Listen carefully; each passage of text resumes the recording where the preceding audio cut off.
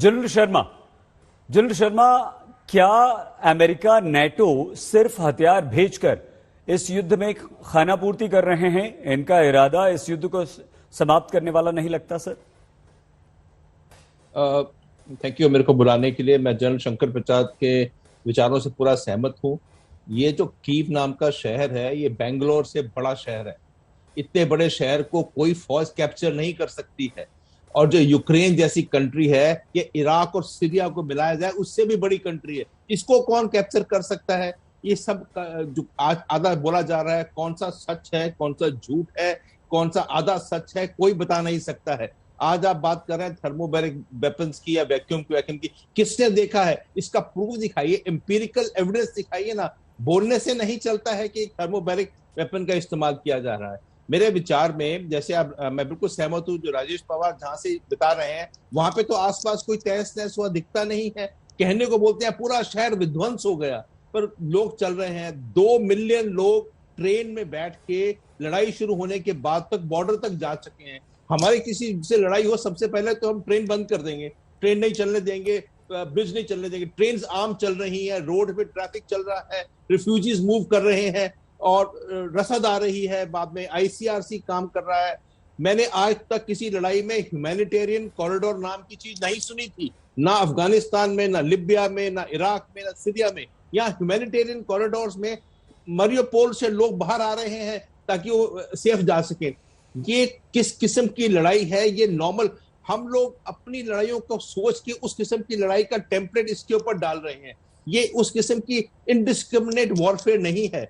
Russia बोल रहा है कि हम खुद ह्यूमैनिटेरियन एड खार्किव में दे रहे हैं, हम डोनेट्स्क में दे रहे हैं, हमने ह्यूमैनिटेरियन एड गाड़ियां लाके कीव में दे रहे हैं। सच क्या है कोई नहीं जानता है। और मैं ये बात से बिल्कुल सहमत हूं जो जनरल शंकर प्रसाद ने बोला है कि ये युद्ध बंद होना चाहिए। ये युद्ध का कोई मतलब नहीं है।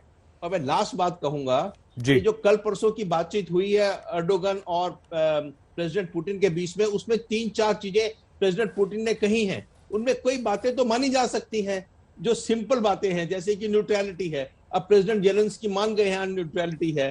क्रिमिया मेरे पास होना चाहिए, तो क्रिमिया तो उनके पास ही है।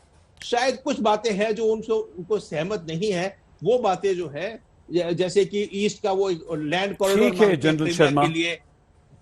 सर, आपका वीडियो चला गया। हम दोबारा आपके पास आते हैं और सुशांत सरीन जी के पास हम जाना चाहते हैं। लेकिन सुशांत सर, राजेश सीधे कीव से हमारे साथ जुड़ गए हैं, तो हम आपसे आपका रिएक्शन लें। उससे पहले राजेश के पास सीधे कीव लिए चलते हैं। राजेश, क्या स्थिति है कीव की भी, और यूक्रेन के दूसरे शहरों से रूस के हमले की क्या खबरें आपको मिल रही हैं? इस वक्त की स्थिति बताइए प्लीज। सईद, स्थिति वही है जो 2 घंटे पहले थी। कुछ भी यहाँ हमला नहीं हुआ है अभी। कीव में भी बिल्कुल शांति है, जो लग रही है। शांति तो नहीं है, लेकिन शांति का एहसास हो रहा है, क्योंकि आसपास कोई धमाका नहीं हो रहा है। अभी एयर रेड सायरन्स भी बंद हो गए हैं लगभग, क्योंकि उसकी भी आदत पड़ गई लोगों को, कोई असर होना बंद हो गया है। तो यहाँ अभी बिल्कुल शांति है। पिछले 3 दिन से मैंने बताया सिर्फ 15 मिनट कल एक बार धमाके हुए थे। वो छोटे धमाके थे, आर्टिफिशियल के धमाके थे, 7, 8, 15 मिनट में लगातार गिरे वो। उसके अलावा 3 दिन से कोई हवाई हमला नहीं हुआ है, कोई मिसाइल नहीं गिरी है कीव शहर के ऊपर। आसपास के इलाके थे, रास्तोमल है, बूचा है, इरपिन है, ब्रोवरी है, उन इलाकों में भी लगभग लड़ाई बहुत कम हुई, छुटपुट लड़ाई हुई है। जैसी घमासान लड़ाई हम 5 दिन पहले तक देख रहे थे वो नहीं हुई है। कारण सप्लाईज की शॉर्टेज है। और उसके अलावा जो पूरी यूक्रेन है, वहां अटैक और काउंटर अटैक दोनों चल रहे हैं, रूसी सेना की तरफ से और यूक्रेनी सेना की तरफ से, जिसके कारण बहुत से सिविलियन प्रभावित हुए हैं, बहुत से सिविलियन हताहत हुए हैं। मैं अब ये क्लियर करना चाहूंगा कि ये सिर्फ रूसी फौज के कारण हताहत नहीं हुए हैं। यूक्रेनियन फौज के हमले में भी डोनेट्स्क में 25 सिविलियन मारे गए हैं। रूसी मीडिया ने इसका दावा किया है और मैंने ये चीज डोनेट्स्क से फोन से कंफर्म की है, वहां ऐसा हुआ है। तो दोनों तरफ से सिविलियंस की कैजुअलिटीज हो रही हैं, दोनों तरफ से ऐसे हथियार यूज हो रहे हैं जो प्रिसाइज नहीं है। और मैं एक खबर आपको और दे दूं जो कि लगभग प्रतीत होती है।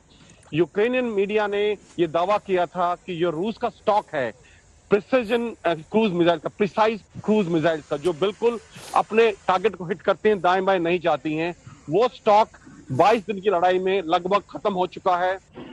और यही कारण है कि अब हमने देखा है रूस हाइपरसोनिक मिसाइल्स का इस्तेमाल करना शुरू कर दिया है। इनका पेलोड क्रूज मिसाइल्स जैसा ही है, सिर्फ मिसाइल की गति ज्यादा है, इतना ही फर्क है और इससे ज्यादा फर्क नहीं है। ये कोई थर्मोबैरिक वेपन्स नहीं है, ये नॉर्मल कन्वेंशनल वॉरहेड कैरी करती हैं। सिर्फ इनकी जो गति है, स्पीड है, वो नॉर्मल क्रूज मिसाइल से बहुत ज्यादा है।